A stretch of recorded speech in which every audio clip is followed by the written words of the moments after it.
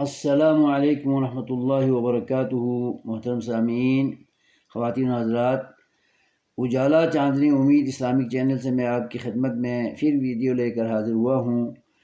اس video میں سورہ فاتحہ کے ناموں میں سے تیسرا نام آپ کی خدمت میں رکھتا ہوں، جس کی وضاحت میرے اور آپ کے رہبر و رہنما پیارے آخر الزمان پیغمبر ختم المرسلین نے خود وضاحت فرمائی ہے۔ آپ صلی اللہ علیہ وسلم نے سورہ فاتحہ کے دیگر ناموں میں سے ایک نام سورۃ الحمد ارشاد فرمایا ہے۔ الحمد تعریف کو کہتے ہیں۔ اس کو اس نام سے پکارے جانے اور اس نام کو اس سورت کا نام رکھنے کی وجہ یہ بیان فرمائی ہے کہ یہ سورت اللہ کی تعریفات، تقدیسات، تمجیدات، توصیف، عظمت و کبریائی پر مشتمل صورت ہے، جو کہ الحمدللہ رب العالمین کے الفاظ سے واضح ہے کہ تمام تعریفیں اللہ رب العالمین کے لیے ہیں، کیونکہ اللہ رب العالمین وہ ہستی ہے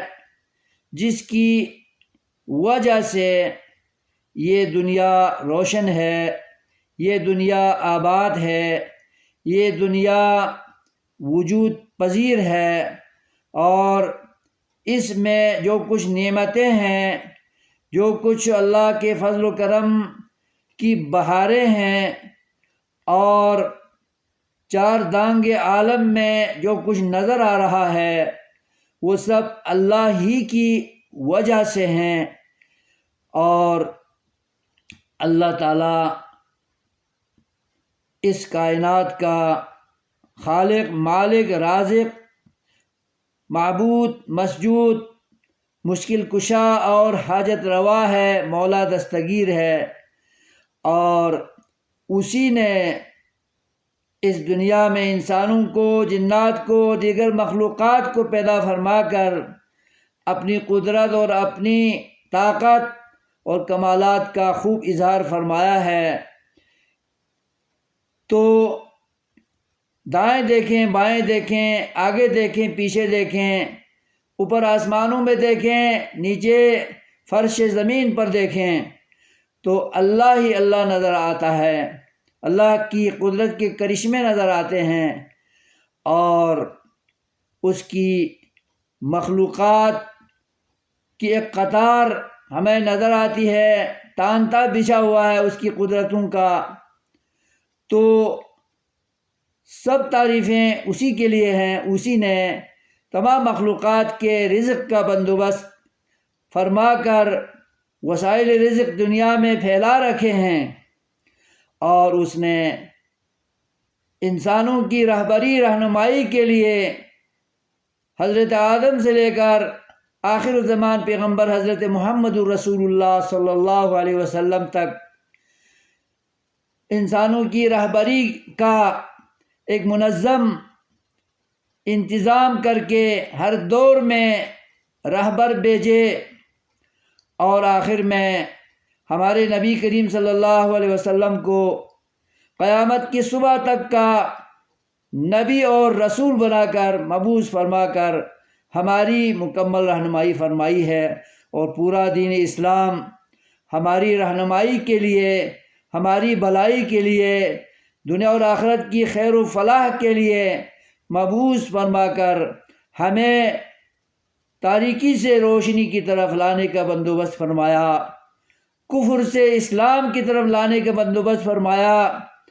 اور برے معاشرے سے اچھے معاشرے کی طرف ہمیں چلانے کے لیے،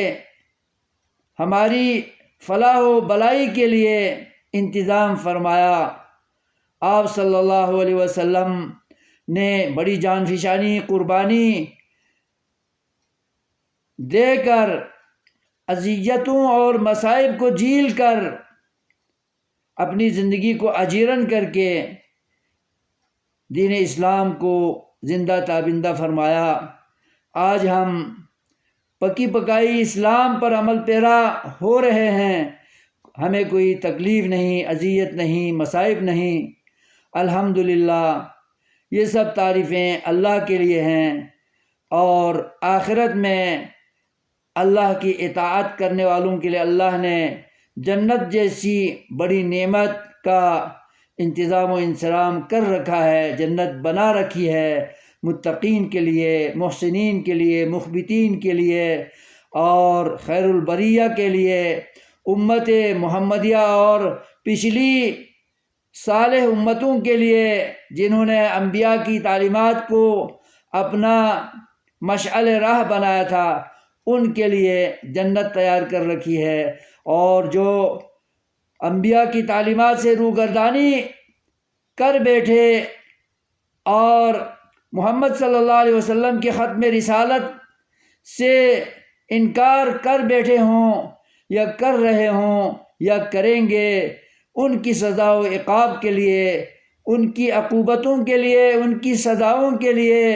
اور ان کو ان کے برے اعمال کا صلہ اور جزا اور بدلہ دینے کے لیے دوزخ کو بھی تیار کر رکھا ہے۔ اللہ تبارک و تعالیٰ نے جنت اور دوزخ دونوں وجود میں ہیں، ایک انعام کے طور پر ہے جنت اور ایک سزا کے طور پر ہے دوزخ۔ اللہ تبارک و تعالیٰ ہمیں سورہ فاتحہ کے ناموں میں سے الحمد سے موسوم ہونے والی سورت کی مختصر تشریح و تفسیر سن کر اس پر عمل پیرا ہونے اور الحمد سے موسوم کرنے کی وجہ جو میں بیان کر رہا تھا اس کو سمجھ کر اللہ تعالیٰ کی حمد و ثنا خوب بیان کرنے والے ہمیں بنائے، جس طرح اس نے یہ سورت اللہ کی تعریفوں پر، عظمتوں اور کبریائی پر مشتمل اتاری ہے، اور اس میں اللہ نے اپنی عظمتوں کو خوب بیان فرمایا ہے۔ تو ہمیں اللہ کی عظمت و رفعت، کبریائی، تقدیس و تمجید خوب بیان کر کے اللہ تعالیٰ کے نیک بندوں میں شامل ہونے کی توفیق عطا فرمائے۔ آمین۔ والسلام علیکم ورحمۃ اللہ وبرکاتہ۔